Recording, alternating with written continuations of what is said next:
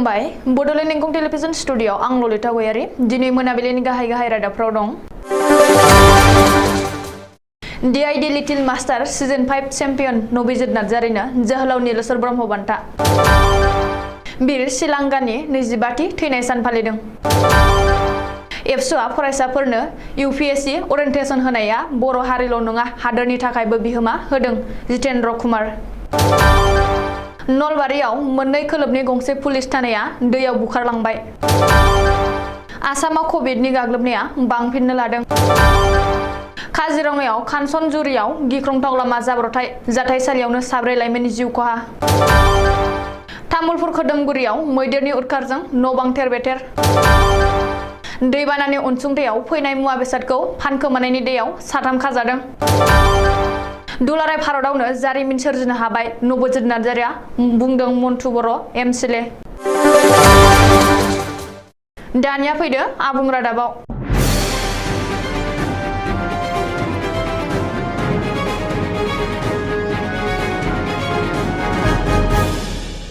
BTC सोरखारजों होजानाय जोहोलाव नीलेश्वर ब्रह्म हारिमुआरि बान्थाखौ बे बोसोराव DID लिटिल मास्टार सिजन 5 नि चेम्पियन नबिजित नार्जारिनो होनाय जागोन।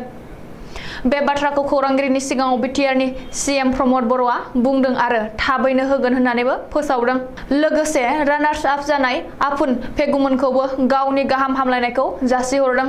मख'नो गोनांदि थांनाय 2019 मायथाइयाव बै समनि हाग्रामा महिलारिजों दैदेनजानाय BTCनि BPF सोरखारा हारिमु बिफाननि जोहै बे जोहोलाव नीलेश्वर ब्रह्म हारिमुआरि बान्थाखौ होजेनदोंमोन। हारिमु आयदानि बयनिख्रुइबो गेदेरसिन आरो मानगोनांसिन बे बान्थाखौ गिबिसिनै बर'नि देंखो रानि सुलेखा बसुमतारिनो होजेननाय जादोंमोन।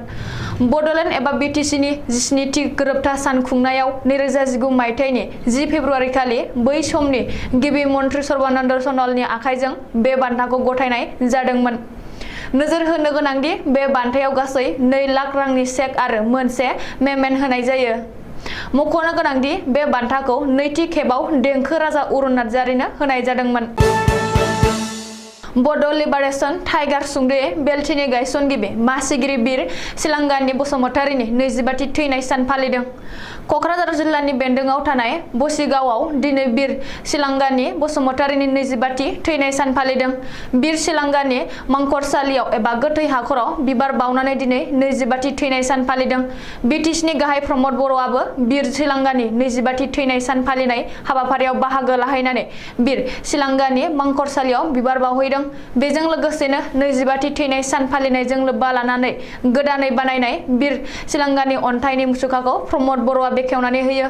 मख'नो गोनांदि बावैसो सान सिगां गायसननाय बीर सिलांगानि बसुमतारिनि मुसुखाखौ दिनै बिथांनि 25थि थैनाय सान फालिनायजों लोब्बा लाखिनानै बेखेवबाय होननानै प्रमद बर'आ गावनि अफिसियेल फेसबुक पेजआव फोसावदों।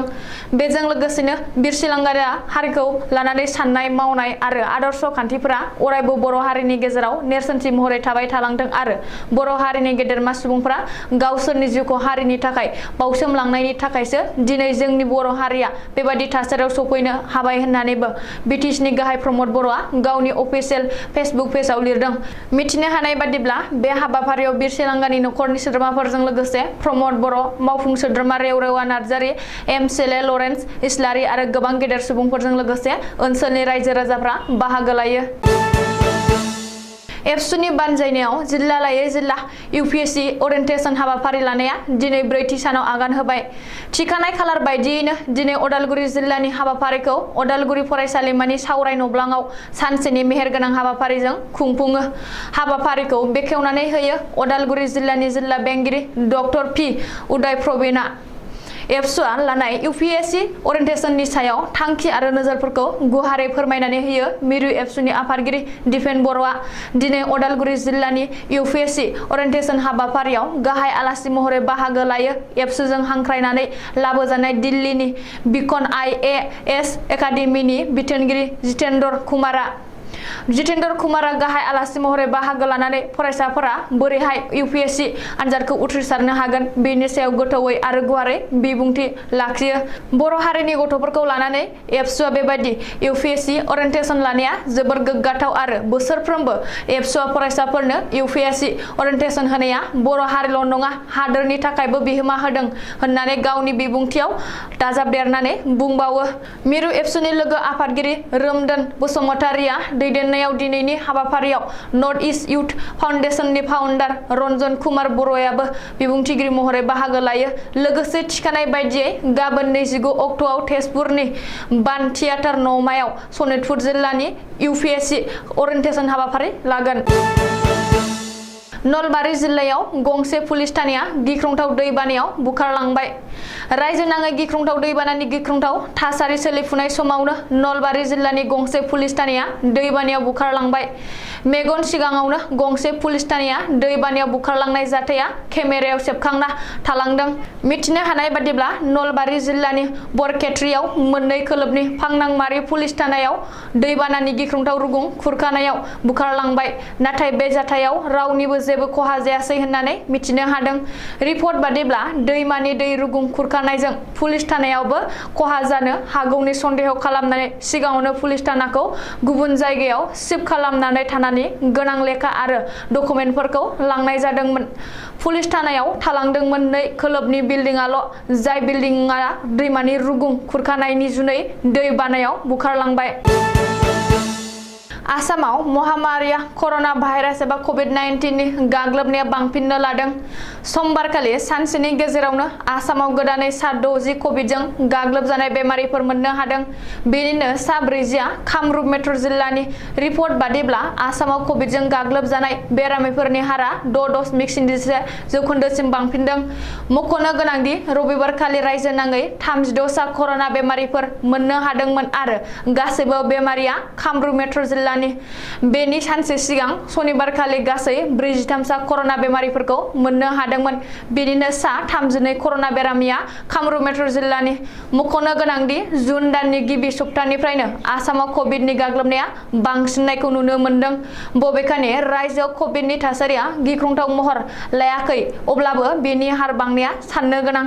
रिपर्ट बायदिब्ला हादरनाङै थांनाय 24 घन्टायाव गासै 11,793 सुबुंनि देहायाव कभिड पजिटिभ मोननो हादों।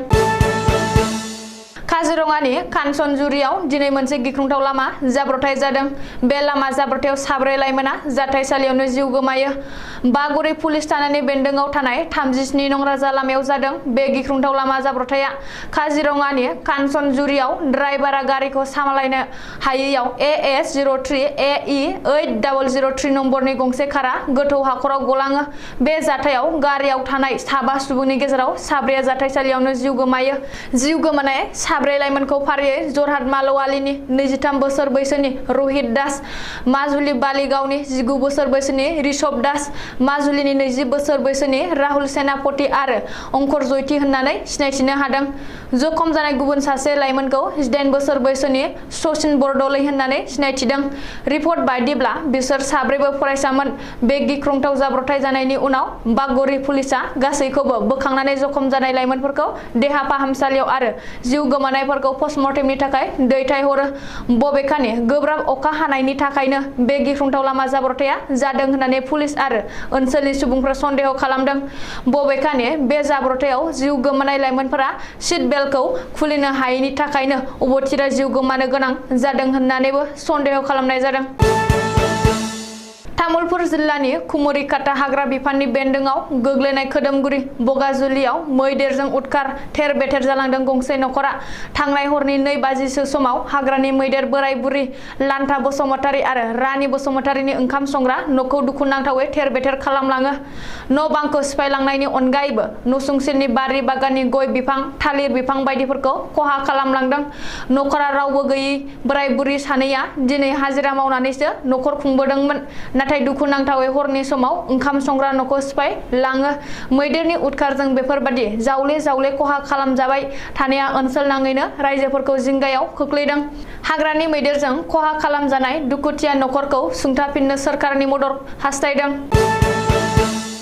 बाक्सा जिल्लानि जाला बेंखन गोबर थानायाव दैबानानि मुङाव फैनाय मुवा बेसादखौ फानखोमानायनि दायाव साथाम जाख्लग्राखौ पुलिसा हमनानै जोबथेसालिनि आलासि महरै दैथायहरदों।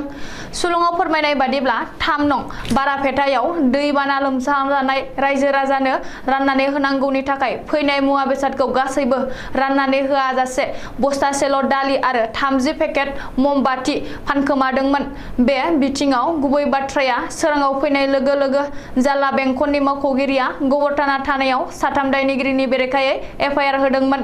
पुलिसा एजाहार नं 9/2022 आरो दारा नं 379/411/420-34 आइपिसिनि जोहै केस रेजिस्टार खालामनानै दायनिगिरि फलान आली, काबेल आली आरो रफिक आलीमोनखौ समबारखालि मोनायाव एरेस्ट खालामनानै जोबथेसालिनि आलासि महरै दैथायहरो आरो दालि फानखोमानायनि दायाव दालि ओंख्रि जाहैयो। अब्लाबो नाथाय बिसोर साथामखौ गोख्रों साजा होनांगौ होननानै रायजो राजाया दाबि खालामदों। डिआइडि लिटिल मास्टार सिजन 5 आव नबजित नार्जारिया देरहासारनाया दुलाराय आसाम नाङैनो रंजाखांनाय लाबोदों। बर'नि साफ्रोमबो सुबुंफोरानो रंजाखांदों आरो बरायदों नबजित नार्जारिखौ।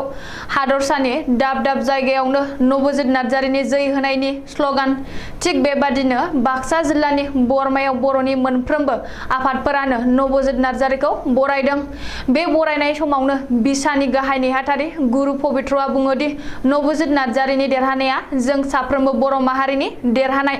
दुलाराय भारतआवनो जोंनि सिनायथिजों गोग्गानाय आरो देरहानाय लाबोदों। बिथांनि देरहानाया जों बर' माहारिखौ आगानसेबाव दावगाहोदों होननानै बुंथियो। बेजों लोगोसेनो कक्लाबारि बियाबनि एमसिएलए मन्टु बर'आबो नबजित नार्जारिखौ बरायनानै गोजोन हामलायथि बावो। नबजित नार्जारिनि जाफुंसारनायाव जों बर' माहारिनि गोबां बोर सारस्रिनाय दं। बिथाङा जोंनि गोबां सुबुंफोरानो भट होनायजों मदद खालामना जाफुंसार होदों। जायनि थाखाय दुलाराय भारतआवनो जारिमिन सोरजिनो हादों होननानै बुंथियो एमसिएलए मन्टु बर'आ। दिनैनि रादाबा एसेनोसै। गोजोन्थों।